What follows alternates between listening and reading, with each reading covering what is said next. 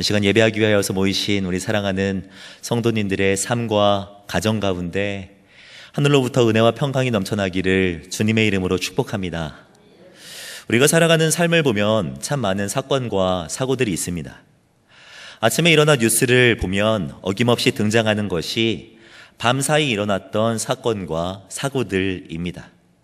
교통사고, 의료사고, 요즘과 같이 건조한 겨울의 날씨 속에서는 화재 사고도 참 많이 일어나곤 합니다.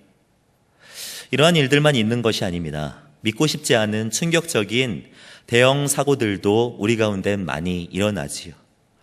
여러 명의 인명피해를 내는 사고들을 말씀드리는 것입니다. 이러한 사건과 사고들, 또한 원하지 않지만 겪게 되는 어려움들 앞에서 사람들의 궁금증은 과연 하나님께서 일하시는 것이 맞느냐 하는 것입니다. 한 베스트셀러의 작가가 비극적인 사고가 일어났던 곳곳을 돌아다니면서 조사를 하였는데, 초등학교에서 일어났던 이 총격 사건의 이 중심지인 미국, 또 거대한 쓰나미로 수만 명이 목숨을 잃은 일본, 전쟁의 상처가 남아있는 이 발칸반도의 사라예보 등 이 곳곳을 돌아다니다 보니까 사람들이 질문하는 것이 가히 충격적이었다고 합니다. 그들의 질문은 다른 것이 아니라 하나님, 제게 왜 이러세요? 하는 질문이었다고 하죠.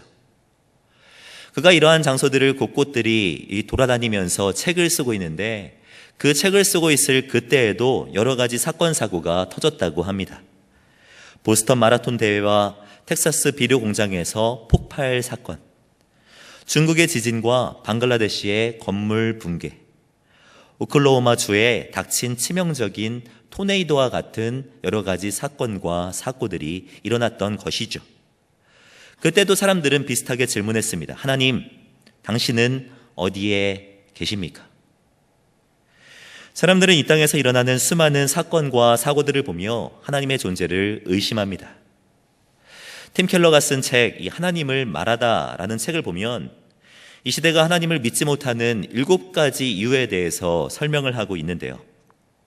그 중에서도 많은 사람들에게 가장 큰 이슈가 되는 그것은요, 세상에 악과 고통이 존재한다는 사실입니다. 이 세상에 있는 수많은 사고와 사건들, 그리고 수많은 전쟁들을 보면서 사람들은 이런 식으로 흘러오도록 방치하는 신이라면 그게 누구든지 나는 그 사람을 의지하고 또 믿고 싶은 마음이 생기지 않는다라고 말을 하는 것이죠. 사건과 사고들을 보며 하나님의 존재들을 부인하는 것입니다. 제가 곰곰이 생각을 해보니까 사람들이 이렇게 생각하는 이유는 그들 안에 기복적인 요소들이 자리 잡고 있기 때문인 것 같습니다. 신앙인이든 그렇지 않든 상관없이 모든 사람들은 고통을 당하거나 소외되거나 굶거나 억압당하지 않아야 마땅하다고 믿고 있는 것 같습니다. 그리고 이러한 일들을 당하게 되면 내가 마치 복을 받지 못한 것처럼 생각하곤 하죠.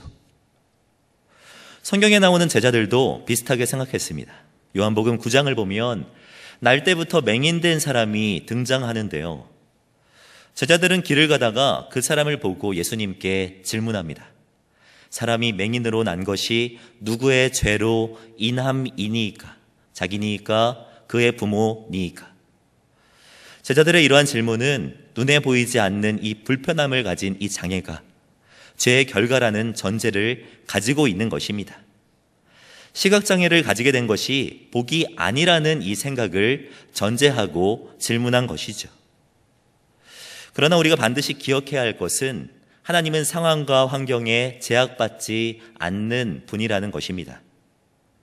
우리의 소원대로, 우리가 원하는 대로 되었다고 해서 하나님의 뜻이 아닐 수도 있고, 반대로 우리가 원하는 대로 되지 않았다고 해서 하나님이 역사하지 않는 것이 결코 아니라는 것입니다.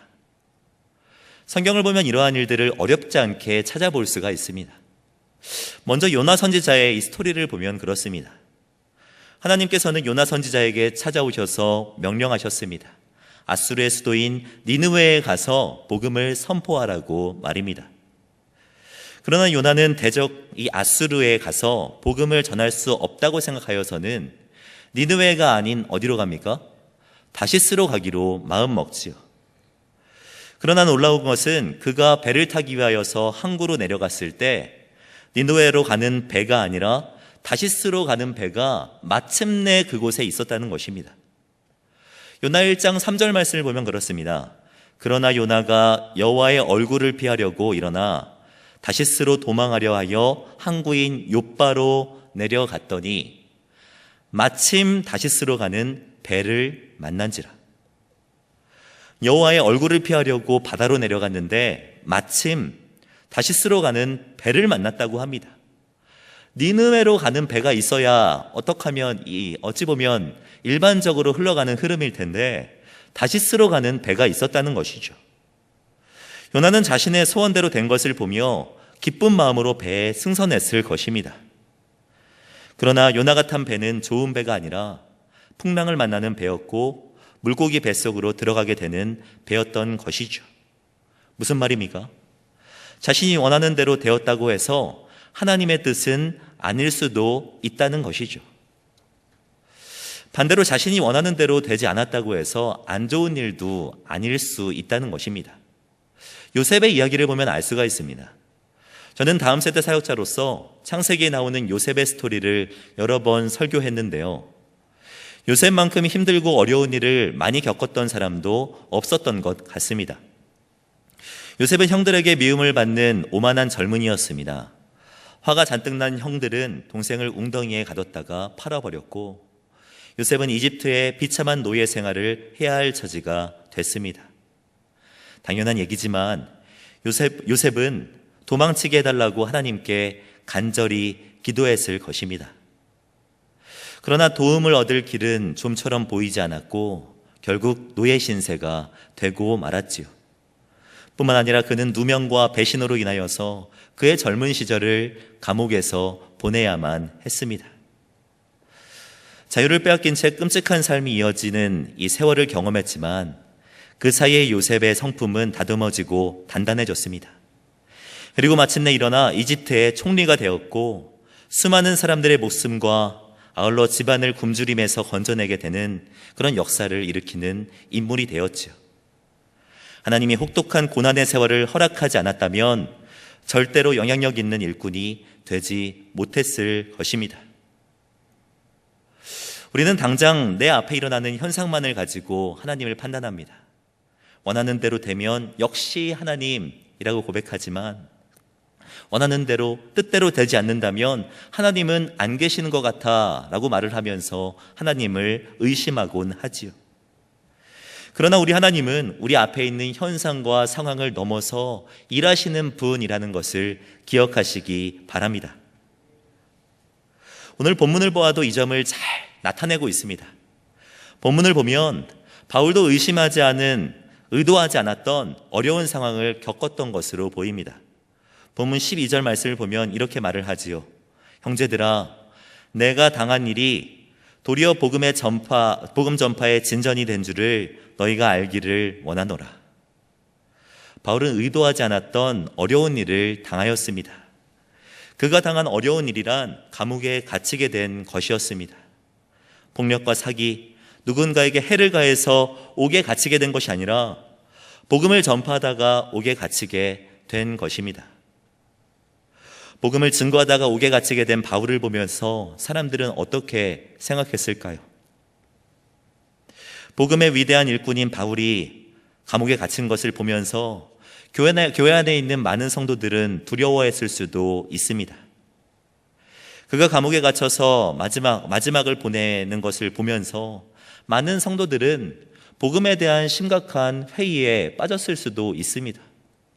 아니, 주님을 위하여서 어떻게 그렇게 열심히 사역하였던 바울이 옥에 들어갈 수가 있지? 라고 생각을 하면서 복음 자체를 의심했을 수도 있습니다. 그러나 사도 바울은 그렇게 의심하고 있을 수도 있었던 성도들에게 분명하고도 당당하게 말을 하지요. 내가 옥에 매이게 되었지만 하나님은 오히려 이 모든 것들을 복음 전파의 도구로 사용하셨다. 나의 어려움을 하나님께서 도리어 복이 되게 하셨다 라고 당당하게 고백하고 있는 것 아니겠습니까? 실제로 바울이 복에 갇히게 되었지만 하나님은 그의 매임을 통하여서 여러 가지 유익들을 허락하셨습니다.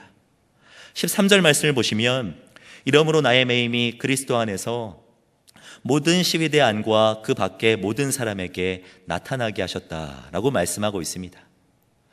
당시에 로마 시위대 사람들에게 복음을 전하는 것은 쉽지 않았습니다. 복음을 전할 기회를 찾는 것도 쉽지 않았습니다. 그러나 사도 바울이 감옥에 매이게 됨으로 말미암아 로마에 있는 시위대 사람들에게 복음 전할 수 있는 기회를 얻게 된 것이죠.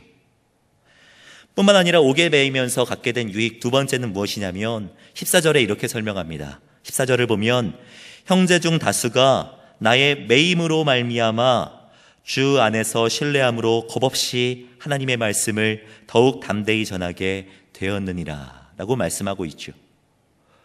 바울이 옥에 갇히기 전에는 모든 성도들이 바울이 복음 증거하는 것만 바라보고 있었습니다. 두렵고 무서워하며 바울이 복음 증거하는 것만 눈으로 바라보고 있었죠. 그러나 사도 바울이 투옥되면서 성도들 중에서도 담대하게 하나님의 말씀을 전하려는 사람들이 계속해서 일어나게 된 것입니다. 오히려 바울이 매이게 되면서 많은 성도들 속에 담대함이 생기게 된 것이죠. 이것이 하나님의 일하심입니다. 하나님의 큰 그림입니다. 하나님께서 일하시지 않는 것이 아니라 보이지 않는 곳에서도 여전히 일하고 계시는 하나님의 일하심인 것입니다. 우리 하나님은요, 현상을 넘어서 일하시는 분입니다. 우리에게 있는 모든 상황과 환경까지도 주관하시고 가장 선한 방향으로 인도하시는 분이 우리 주님인 것이죠. 우리는 우리의 삶 속에서 일어나는 일들을 다 이해하지 못하지만 하나님은 그럼에도 불구하고 우리의 삶을 한 걸음 한 걸음 선하게 인도하신다는 것을 기억하시기 바랍니다. 제가 생각하기에 하나님을 가장 잘 표현한 표현은요, 지금도 살아서 역사하시는 하나님이라는 표현인 것 같습니다. 저는 이 표현을 상당히 좋아하는데요. 성경을 보면 하나님은 참 많은 역사들을 행하셨던 것을 볼 수가 있습니다. 창조의 역사, 구속의 역사, 수많은 승리의 역사와 정복의 역사 등, 심지어 자녀를 낳고 거룩하고 탁월한 세대로 양육해 가시는 모든 역사들도 하나님께서 주관하셨던 것을 볼 수가 있습니다. 그리고 그런 하나님께서는 지금도 살아서 우리 가운데 역사하고 계시죠. 성경은 분명하게 말을 합니다. 로마서 말씀을 보면 만물이 주에게서 나오고 주로 말미암고 주에게로 돌아감이라. 한번 선포하고 고백하면서 읽어보시겠습니까? 시작. 주로 말미암고 주에게로 돌아감이라. 이 땅 모든 것은요, 주님으로 말미암습니다. 그리고 지금도 살아서 우리의 모든 것을 주관하고 계시는 하나님의 손에 있습니다. 바라기는 사랑하는 성도 여러분들, 눈앞에 보이는 현상을 바라보며 무너지시는 것이 아니라 현상을 넘어서 일하시는 하나님, 우리의 삶을 선하고 인도하고 계시는 하나님, 그분을 바라보며 날마다 믿음으로 승리하시는 저와 성도님들 되시기를 주님의 이름으로 축복합니다. 우리는 우리의 삶의 방향과 방법을 다 정해놓고 하나님에게 나아가는 경향이 있습니다. 하나님께서 주인이시라고 고백하지만 실제로 하나님보다는 내 생각과 방법이 우선될 때가 참으로도 많죠. 제가 고등학생들을 만나서 기도 제목을 물어보면 학업과 비전에 대한 기도 제목을 나눌 때가 참 많습니다. 어머니나 아버지 또는 조부모님들을 만나서 기도 제목을 물어보아도 자녀나 손주들의 비전을 놓고 기도할 때가 참으로 많이 있습니다. 기도하면서 이렇게 기도하는 것 같습니다. 하나님, 내 자녀가, 내 손주가 일평생 기쁨으로 감당할 꿈을 허락하여 주시옵소서. 내 손주가, 내 자녀가 일평생 기쁨으로 감당할 비전을 좀 알게 하여 주시옵소서. 이런 기도하지 않습니까? 근데 만약에 하나님께서 기도하는 중에 찾아오셔서 음성으로, 야, 내가 너에게 드디어 기도 제목에 응답해 줄게. 너의 손주를, 너의 자녀를 저 아무도 알지 못하는 오지로 선교사로 보내라.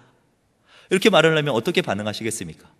많은 사람들은 이렇게 말을 하죠. 하나님, 그건 아니지요. 하나님, 저 하나밖에 없는 아들을 어떡해요? 다시 한번 생각해 주시겠습니까? 하나님의 뜻이 정말 궁금해서 기도하는 것이 아니라 내 뜻과 내 생각을 다 정해놓고 하나님께 나아가는 우리들의 모습은 아닙니까? 제가 어렸을 때 참 많이 들었던 이 어른들의 기도 제목 중에 이런 기도 제목이 있습니다. 하나님, 제가 돈 많이 벌어서 하나님께 영광 돌리게 해주세요.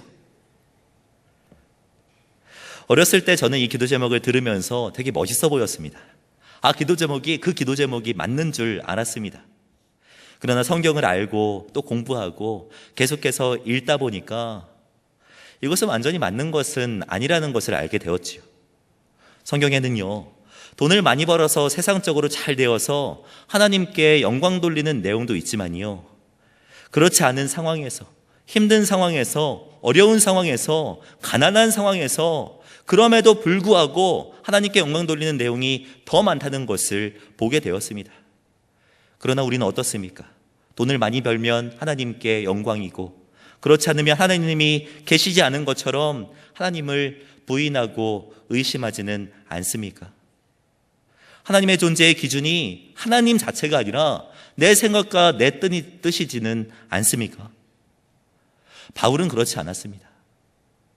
바울이 소원했던 것은 오직 복음 전파였는데, 복음 전파의 방법이 힘들든 좋든 어떤 방법이든 상관없이 하나님께 감사함으로 나아갔던 사람이 바로 사도 바울입니다. 오늘 본문의 15절 이하를 보면 분명하게 알 수 있습니다. 15절 이하를 보면 어떤 이들은 투기와 분쟁으로, 어떤 이들은 착한 뜻으로 그리스도를 전파하니 이들은 내가 복음을 변증하기 위하여 세우심을 받은 줄 알고 사랑으로 하나 그들은 나의 매임에 괴로움을 더하게 할 줄로 생각하고 순수하지 못하게 다툼으로 그리스도를 전파하느니라. 본문의 말씀을 자세히 보면 복음 전파의 방법이 되게 여러 가지임을 볼 수가 있습니다. 먼저는 파란색으로 있는 착한 뜻으로 복음 전파하는 사람이 있지요. 연결하자면 이 사람은 사랑으로 복음을 전파하는 사람이라고 할 수가 있습니다. 착한 뜻, 사랑.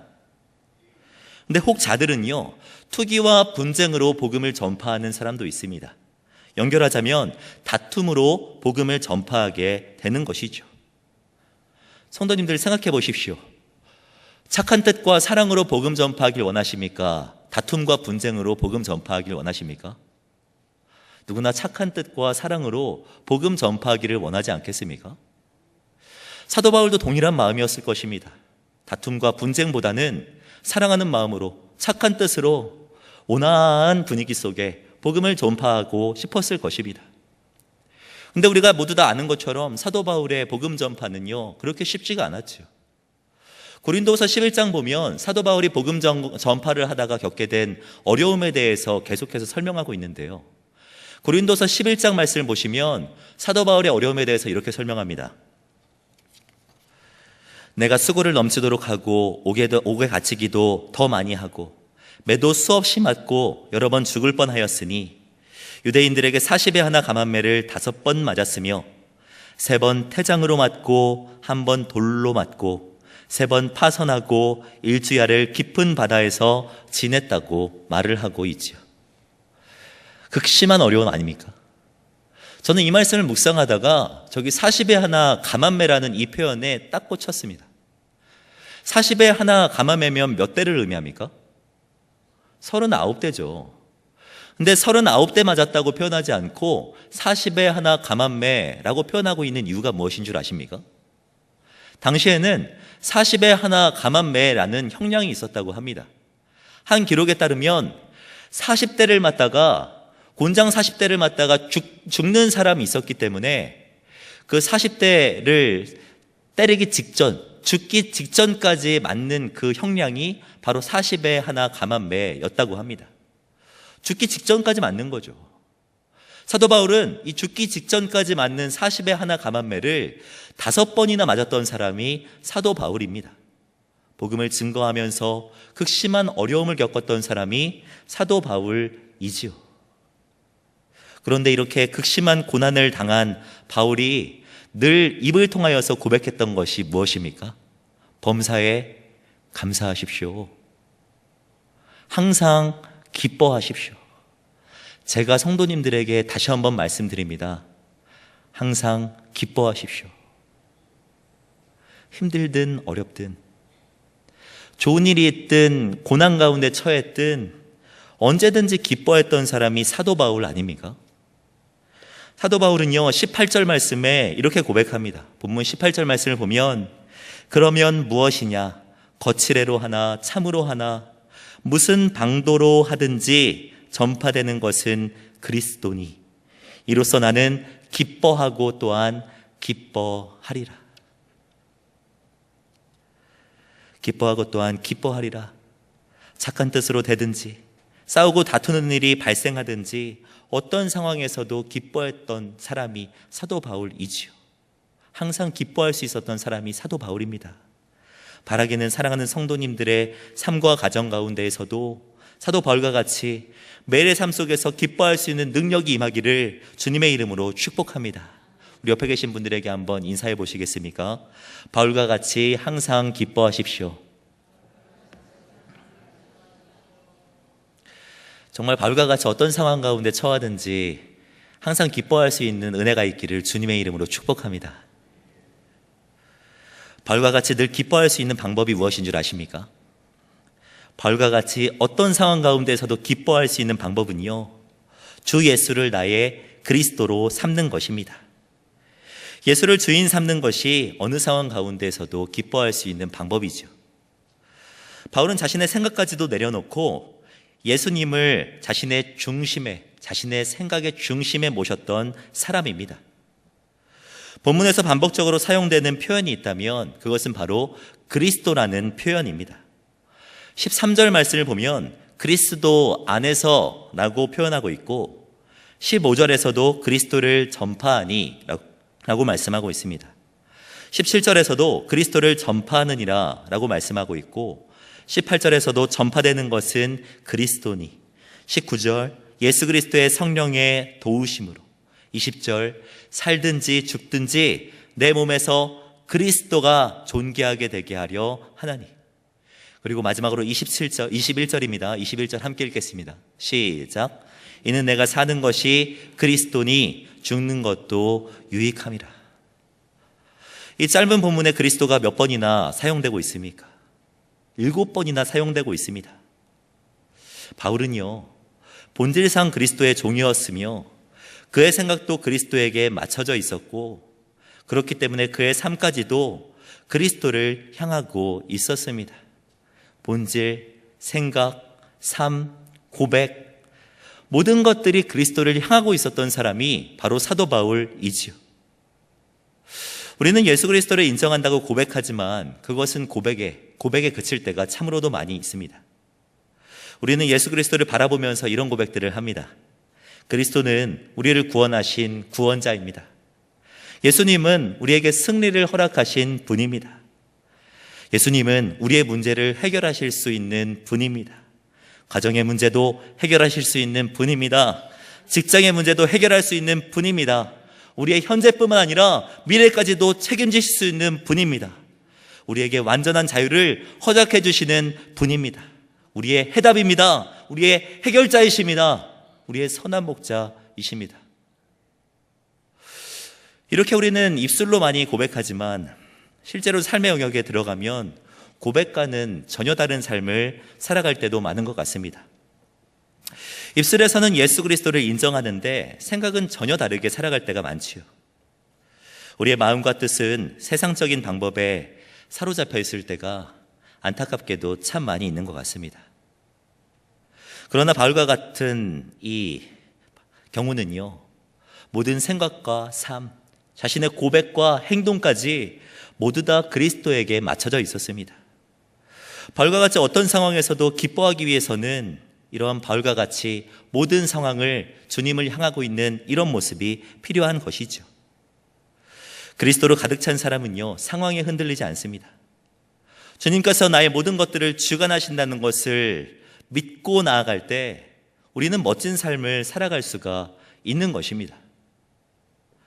제가 말씀을 묵상하면서 사도 바울이 정말 멋있다고 생각한 부분이 있는데요. 그것은 바로 19절과 20절 말씀에서였습니다. 19절과 20절 말씀을 보면 옥에 갇혀 있는 바울의 솔직한 심정을 알 수가 있는데요. 우리말 성경 버전을 보면 이렇게 말을 합니다. 19절에 나는 여러분의 간구와 예수 그리스도의 영의 도우심으로 내가 풀려나리라는 것을 알고 있습니다. 20절에 뭐라고 말합니까? 내가 간절히 기대하고 소망하는 것은 내가 어떤 일에도 부끄러워하지 않고 항상 그랬듯이 지금도 담대하게 원하는 것은 살든지 죽든지 살든지 내 몸을 통해서 그리스도가 위대하게 되시는 것입니다 라고 말을 하고 있죠. 19절에서 바울은 내가 옥에서 풀려날 것을 기대하고 믿고 있습니다 라고 말을 합니다.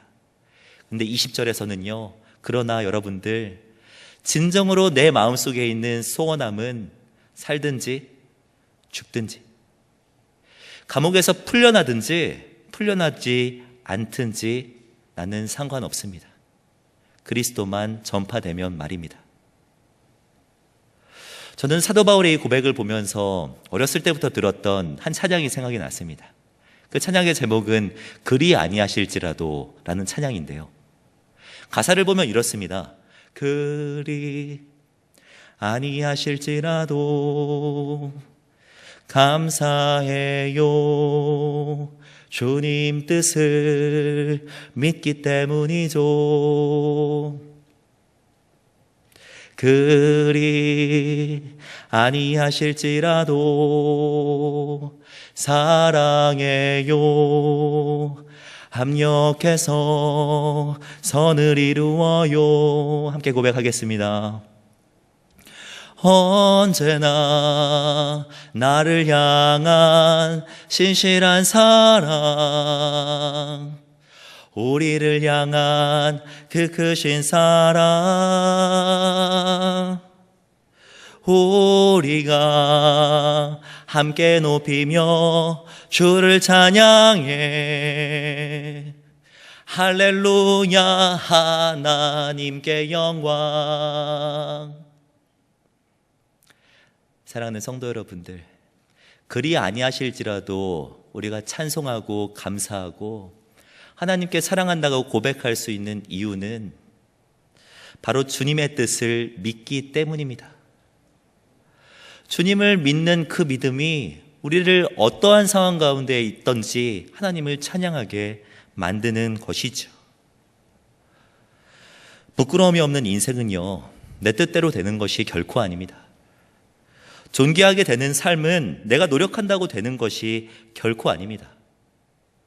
본문 20절을 보면 아주 흥미로운 표현이 있는데요, 20절을 다시 보시면 이렇게 말을 하죠. 나의 간절한 기대와 소망을 따라 아무 일에든지 부끄러워하지 아니하고 지금도 전과 같이 온전히 담대하여 살든지 죽든지 내 몸에서 그리스도가 존귀하게 되게 하려 하나니. 여기에서 표현하고 있는 이 부끄러워하지 아니하고 라는 이 표현과요, 그리스도가 존귀하게 되게 하려 하나니 라는 이 표현은요, 원문을 보면 능동태가 아니라 수동태로 쓰여지고 있는 것을 볼 수가 있습니다. 부끄러워하지 않게 되는 이 삶은요, 내가 막 노력하고 힘쓰고 무엇인가를 더 모아본다고 해서 되는 것이 아니라 누군가에 의해서 되어지는 것이라는 것입니다. 내가 힘쓰고 노력하고 내 안에 무엇인가 채우려고 할 때 부끄러움이 없는 인생이 되는 것이 아니라 내 안에 그리스도로, 내 안에 하나님으로, 내 안에 주님을 향한 믿음으로 채우며 나아갈 때 나의 삶은 부끄러움이 없는 인생이 되는 거고, 주님 안에 있으면서 또 주 안에 거하려고 노력할 때 그것만으로 우리의 삶은 존귀하게 되는 것이죠. 사랑하는 성도 여러분, 사도 바울과 같이 그리스도가 나의 생각을 주관하게 하시길 바랍니다. 나의 입술뿐만 아니라 나의 모든 삶을 주님께서 주관하게 내어드리시는 저와 성도님들 되시기를 주님의 이름으로 축복합니다. 주님께 나의 삶을 내어드리면 21절과 같은 고백을 할 수가 있습니다. 21절 우리 함께 읽겠습니다. 시작. 그리스도니 죽는 것이 유익함이라. 이 세상은요, 사는 것을 참 좋아하는 것 같습니다. 잘 사는 것, 건강하게 사는 것, 돈 많이 벌고 사는 것, 자아를 실현하며 사는 것, 남들에게 베풀며 사는 것, 존경을 받으면서 사는 것, 이렇게 살아가는 것을 사람들은 참 좋아하죠. 그런데 사랑하는 성도 여러분, 우리가 예수님을 만나면, 우리 안에 예수님으로 가득 채우면 죽는 것도 좋게 되는 것입니다. 바울은 성도들의 기쁨을 위해서 편지를 쓰지만요, 삶이 평안하기 때문에 기뻐하라고 결단코 말하지 않습니다. 자신도 지금 옥에 갇혀 있는데 사람들에게 어떻게 상황 때문에 기뻐하라고 말할 수가 있겠습니까? 사도 바울이 성도들에게 기뻐하라고 말하는 이유는요, 빌립보서 1장 6절에 있는 이유 때문입니다. 너희 안에 착한 일을 시작하신 이가 그리스도 예수의 날까지 이루실 줄을 확신하노라. 너희 안에 있는 예수님 때문에, 너희 안에 있는 그리스도 때문에 기뻐하라고 사도 바울은 말하고 있는 것이죠. 저는 요즘 들어서 그리스도인에 대해서 참 많은 고민을 합니다. 10대들을 데리고 사역을 하는데 10대들의 삶이 그렇게 행복해 보이지가 않습니다. 경쟁에 치이고 학업에 치여서 정말 웃는 모습이라고는 찾아보기 힘든 삶을 살아가는 우리 그리스도인 10대들을 저는 매일 보고 있거든요. 그러면서 과연 그리스도인의 삶이 무엇인가? 삶이 무엇인가? 늘 고백하는데 오늘 맥체인 성경 진도에 따라서 읽게 되는 고린도후서 6장 말씀에 하나님께서 그 답을 가르쳐 주시더라고요. 고린도후서 6장 말씀을 보면은 이렇게 말씀하고 있습니다. 무명한 자 같으나 유명한 자요, 죽은 자 같으나 보라 우리가 살아있고, 징계를 받는 자 같으나 죽임을 당하지 아니하고, 근심하는 자 같으나 항상 기뻐하고, 가난한 자 같으나 많은 사람을 부유하게 하고, 아무것도 없는 자 같으나 모든 것을 가진 자로다. 사랑하는 성도 여러분들, 하나님의 사람이라고 해도 가난할 수 있습니다. 하나님의 사람이라고 해도 아무것도 없는 자 될 수 있습니다. 그러나 그럼에도 불구하고 우리가 감사하고 찬양하며 나아갈 수 있는 이유가 무엇입니까?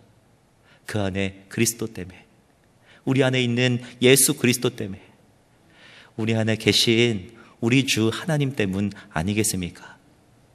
사랑하는 성도 여러분, 상황과 환경 바라보지 마시고 우리 안에서 지금 일하고 계시는 하나님을 바라보시기를 부탁드립니다. 어려운 상황에 무너지시는 것이 아니라 어려운 상황 넘어서 지금도 일하고 계시는 하나님을 믿음으로 받아들이시기 바랍니다. 그러함으로 말미암아 사도 바울과 같이 감옥에 있든지 어느 곳에 있든지 하나님을 찬양하고 하나님 앞에 기뻐하며 나아가는 저와 성도님들 되시기를 주님의 이름으로 축복합니다. 기도하겠습니다. 우리를 주님의 자녀요 백성 삼아주시는 은혜 감사드립니다. 예수 그리스도가 나의 주인이라고 고백하면서도 마음과 뜻은 늘 세상의 방법으로 살아갔던 우리의 연약함을 이 시간 고백합니다.